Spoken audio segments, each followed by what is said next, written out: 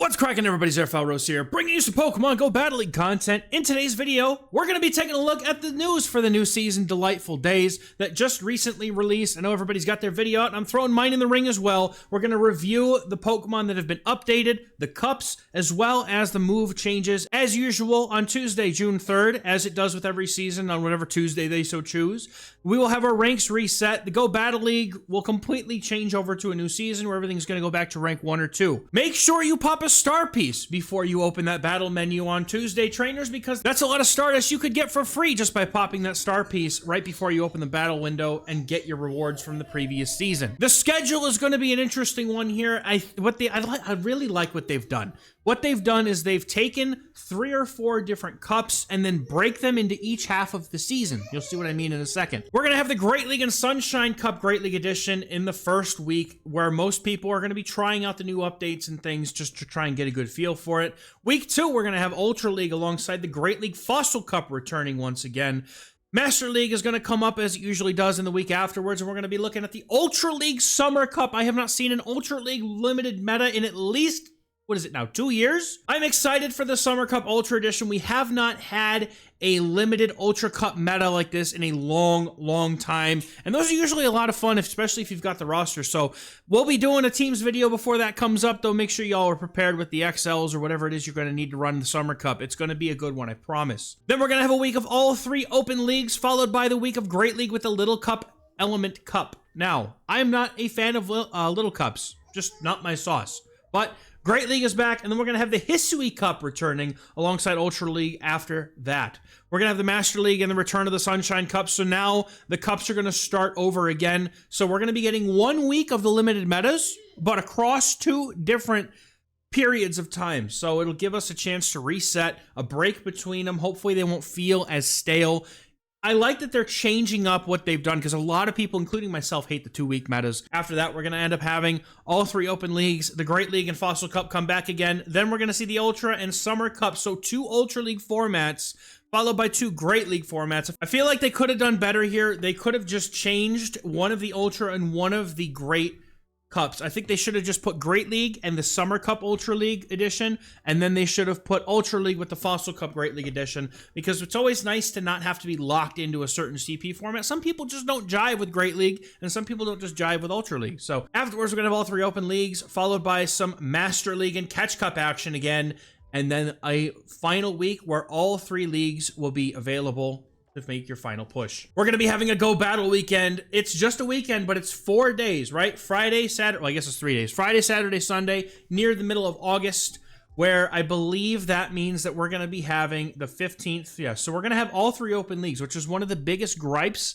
from this season. We had our GO Battle event that was not during all 3 open leagues. So now we have that as well. And having them towards the end of the season, I'm kind of up in the air, because like I think that we should have 2. I think we should have like one mid-season and then another one at the end of the season. And I don't really know if there's any reason not why they couldn't do it, but that's how I feel like we should do it. But anyway, Encounter Pool is going to be relatively non-remarkable here. I mean, mostly stuff that's already been in there. The timed research pass returns again, so at the beginning of the season, make sure that you grab your timed research. There's going to be Battle Tower inspired Leon attire and a pose, which I think it looks silly, but maybe it'll grow on me. I know it's faithful, but man, it just doesn't feel like it's getting better. The poses feel like they're getting progressively worse every season. I'm sorry if you like that pose. It's not against the pose. I just think that like they're really low effort, if I'm being completely honest. Anyway, let's talk about the cups. Sunshine Cup is going to be normal, fire, grass, and ground, and for some reason, only Charizard's not allowed, which is unfortunate because it got buffed, and you'll see why. But normal, fire, grass, like, this is basically this cup in the Sunshine Cup, going back in time since we've had it, has always been like you're running triple normal, like Vigoroth, Pidgeot. This is going to be a Furret Claydol Cup. I can see it already. Claydol and Furret cores are going to be everywhere, so bring your Talon Flames, right? Fossil Cup is going to be coming back, and that is Rock, Water, and Steels only. Berserker is going to have a day. Oh, yes, he will. I love Berserker in that cup. It's always good. Ultra League Summer Cup. It's going to be normal, fire, water, grass, electric, and bug types. So this is going to take some diving into, right? We've had such a long time since we've had a Summer Cup. or Ultra League, any cup for that matter. So we'll see what the rankings look like when we get to that point in the season, because there could be some new releases coming out that might change the landscape of this a little bit, so we'll see. Little Cup Element Edition is Fire, Water, and Grass types, under 500 CP. Hisui Cup is anything in the Sinnoh Dex plus the Pokemon from the Hisui region that were originally discovered, right? Hisuian Avalugg, Hisuian Lilligant, you know, Hisuian Arcanine, those kinds of Hisuian Pokemon. And then we'll have a Catch Cup, which is anything that was caught during this current season. The attack changes, though. This is where we start looking at the good stuff. And I keep looking over here because my camera display is over here. It's just distracting, as you wouldn't believe. Ember, getting an energy generation increase. This is where I was talking about Charizard being a recipient of this update. But let's see what else. We're going to take a look at the Great League and go to the PV Poke rankings and just see what else has Ember. Here's the thing, right? We have to look at this. Not only does it get Ember, but does it have a better alternative? Because if Ember is the best possible thing that it can have, it's considered a buff. If it already has Incinerate, like most of these Pokemon do, then it's probably not going to care, because Incinerate is just statistically the best fast move in the game. Armarouge, Magcargo, like these are Incinerate users, but Ninetales going from Fire Spin, I think it might prefer Ember now with the quicker energy generation, plus the fact that it's a faster move. It's much more flexible. And I'm looking through this list here. Sunny Castform definitely gets a bump up. I wouldn't say it's going to be like meta or anything, but it's going to be interesting. Torkoal, we just Scopely give him Weather Ball. Let the turtle cook. Aside from that, though, it's mostly like fringe meta stuff that you're never going to see. No one's playing Shelgon. No one's...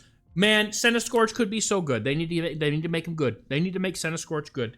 He's not as good as he should be. But it is a full buff up for Centiskorch here, because Lunge and Crunch is actually very decent coverage, especially for a bug type.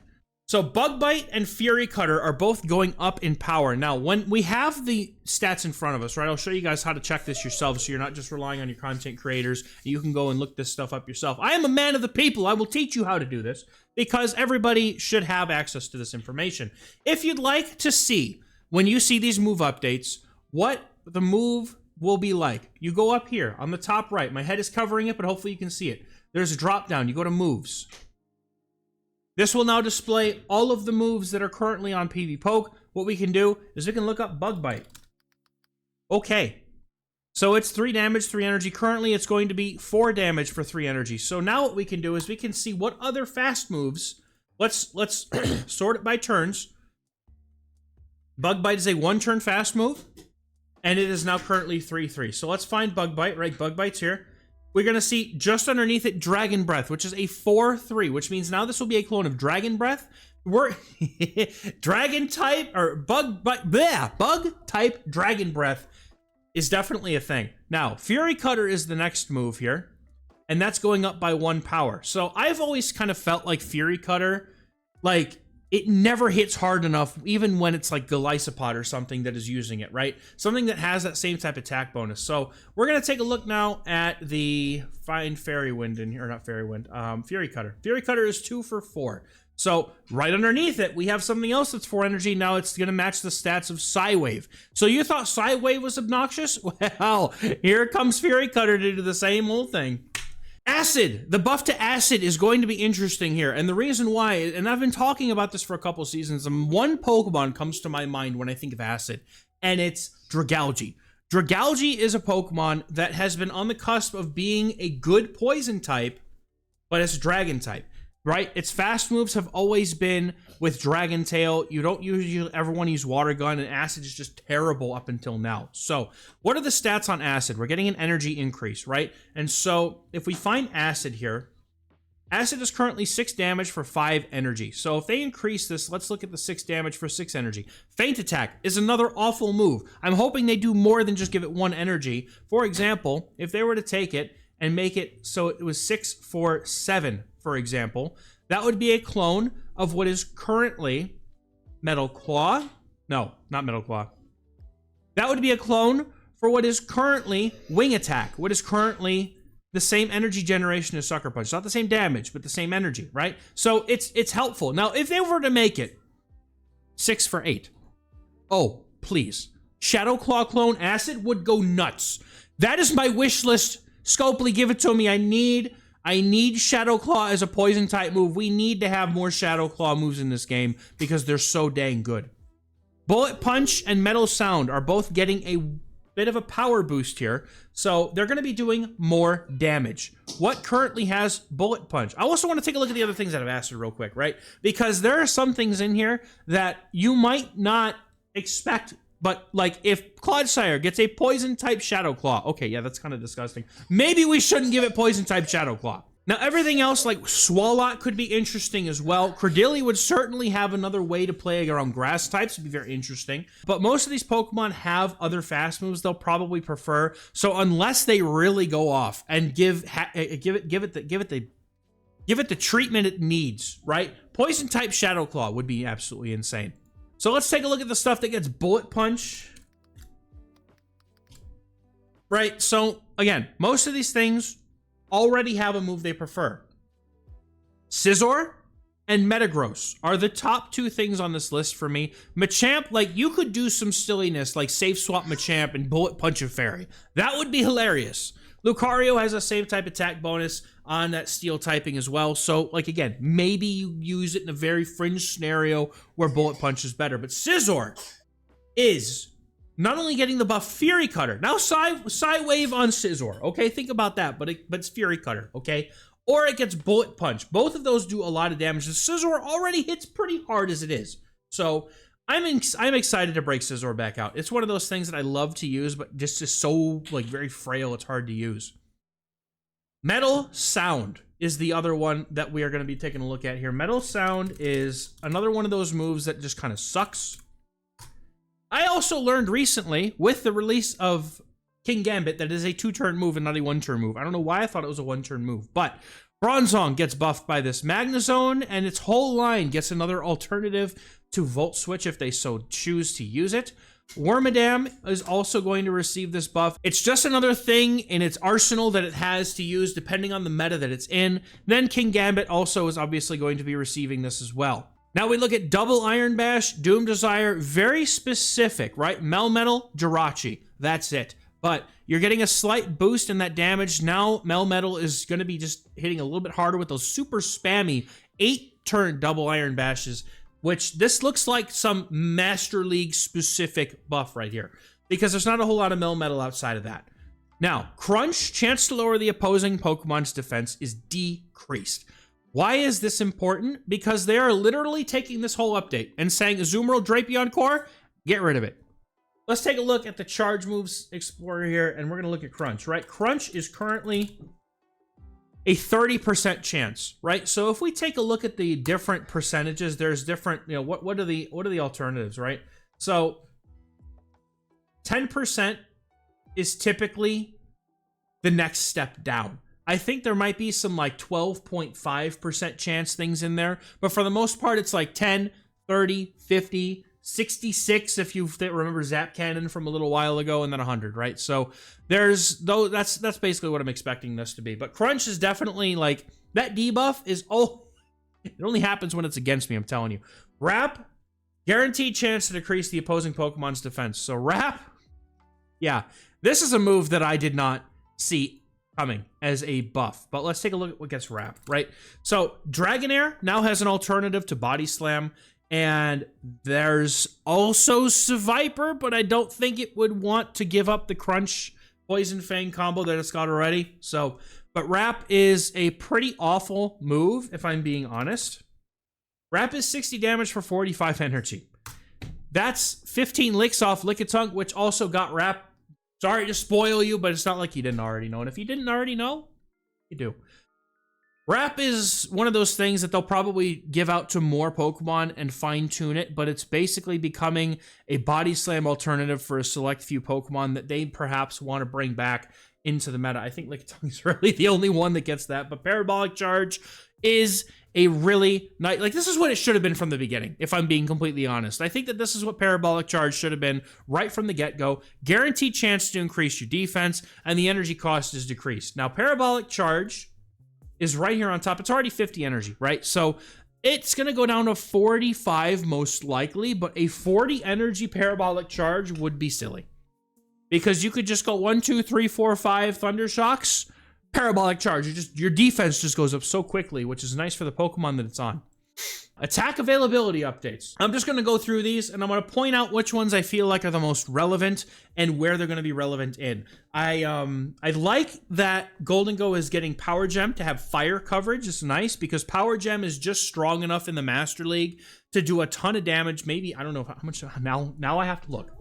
We're going to find out together how much damage Power Gem does to a Ho-Oh in the Master League. Power Gem is 76%. It's not stab. It's not a legendary. Golden Go is not a legendary. It's kind of understandable, but 76%. Does it win the matchup for it? Absolutely not. You only win the ones. You get to win the ones going straight Power Gem in the Master League against Ho-Oh, which is kind of crazy.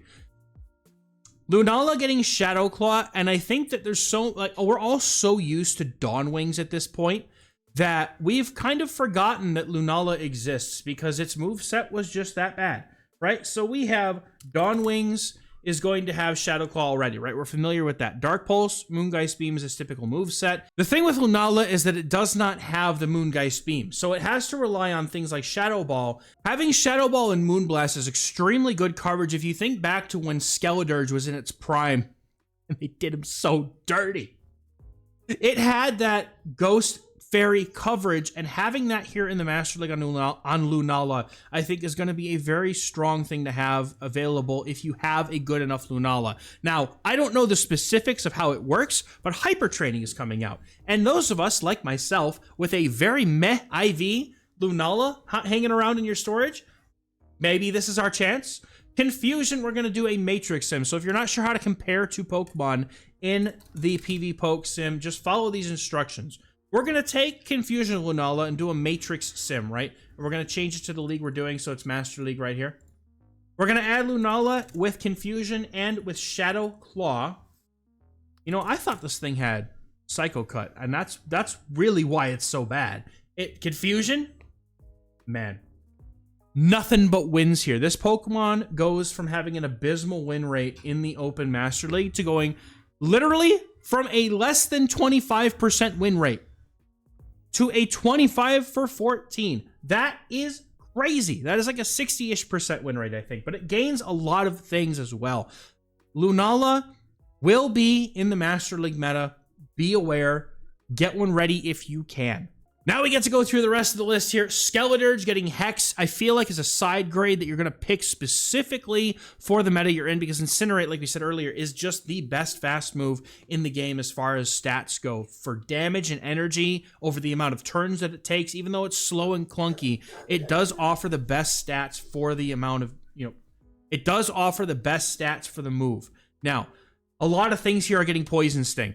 Beedrill, Arbok, Nidoqueen, Nidoking, Tentacruel, Scolipede, Toxicroak, all of them are getting Poison Sting. Now, you thought Drapion was good. Anything that gets Poison Sting, super spammy, decent fast move pressure since they buffed the damage several seasons ago.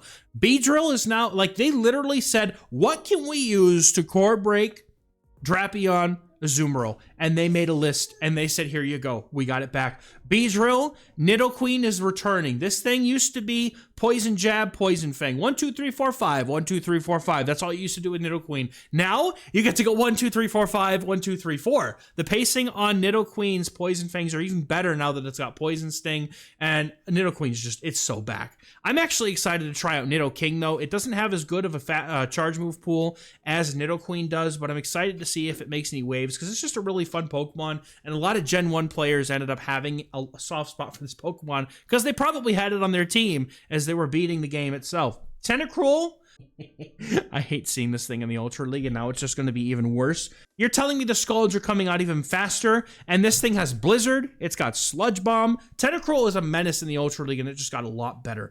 Toxicroak, I love this, though. We're talking recently, over the last few seasons, about more things getting ghost fighting coverage just to have that perfect coverage into the entire game, right? Toxicroak has that. It has Shadow Ball and it has Dynamic Punch. So having Poison Sting gives it the same pacing as something with Psycho Cut, same energy generation. So you think about Toxicroak getting the Dynamic Punches in 5, oh man, it's about to be crazy. Scolipede getting Poison Sting, but I don't feel like it's going to be as used unless it's a very specific bug type niche it needs to fill in a cup. Both forms of Raichu are getting Surf. Celio as well, getting Surf. Nice alternative to Water Pulse. Galarian, Meowth, and Berserker are getting the attack Metal Sound, as well as the entire Aggron line. Dhelmise a recipient, as well as the Revavroom line. Metal Sound, we just have to wait and see how this one goes. Metal Sound is definitely an improvement over the things like that you either already had it or didn't have a good fast move in the first place. But it's going to very much depend on the energy of Metal Sound, because like Berserker's got Shadow Claw, right? Dhelmise, I don't know if it has Shadow Claw, but I feel like why wouldn't you want that, right? Aggron has Dragon Tail, right? So there's moves here that already exist for these Pokemon that make them usable. So like Metal Sound has to be much better, or the meta has to be super weak to Steel in order for these to be wanting to use Metal Sound. Now, the Palmy line is finally getting a fast move. That's exactly what it needed. It got Thunder Shock. This is well overdue. And I'm kind of sad I didn't play the Calm Day now because I had other things I had to do. But Lickitung is getting Wrap, as well as Milotic and Dhelmise. So Dhelmise is just getting all kinds of love in this update. And Milotic is something that really needed a second lower energy move. Blizzard is nice. Hyper Beam is nice. But given that your options are Waterfall and Dragon Tail, the move, like the energy generation there is not great. So it's actually better for us to have Wrap to be able to drop that defense on the opponent, do more damage. Milotic is actually a really interesting option as a safe swap because of the addition of Wrap to its moveset. The Galarian birds are all getting Fly. This is a strict upgrade in consistency for all three of them. I think that really the biggest issue for them is that most of their attacks are nukes. Like Galarian Articuno has Psycho Cut. It has a very interesting charge move pool. It has like Ancient Power, Brave Bird. Just giving it Fly now is nice. Galarian Zapdos has Counter, Close Combat. Now we'll be running Fly as well. So it's just nice to have that same type attack bonus on the flying type coverage. Galarian Moltres, Galarian Mattress, if you remember. It does have Brave Bird already, but again, Fly versus Brave Bird, much quicker pacing, and the damage is still going to be decent coming from Moltres. Lugia is also so back in Master League, as it has Fly. It really fell out of the meta when Sky Attack was nerfed into the sun because of certain other flyers, and unfortunately Lugia had to be on the receiving end of that. But now they've given it Fly, and it's definitely back in the meta now. I love Lugia, dude. It's such a fun Pokemon. It's so good. Metang and Metagross getting Fury Cutter, another alternative to their already meh fast move pool, as they did have Bullet Punch. I don't know if they learned Psywave in the main series, but I think that would have been more interesting to give to them. And Cleavor getting Fast Attack Fury Cutter as well. That's the update, trainers. I hope you're looking forward to it. I'm actually kind of optimistic. This was an unexpectedly pleasant and plentiful update prior to our World Championships in August. So I'm actually really excited to see how this meta turns out. So that's going to do it for me for today's video, guys. Thank you very much for watching. And as always, we'll catch you in the next one. Bye-bye.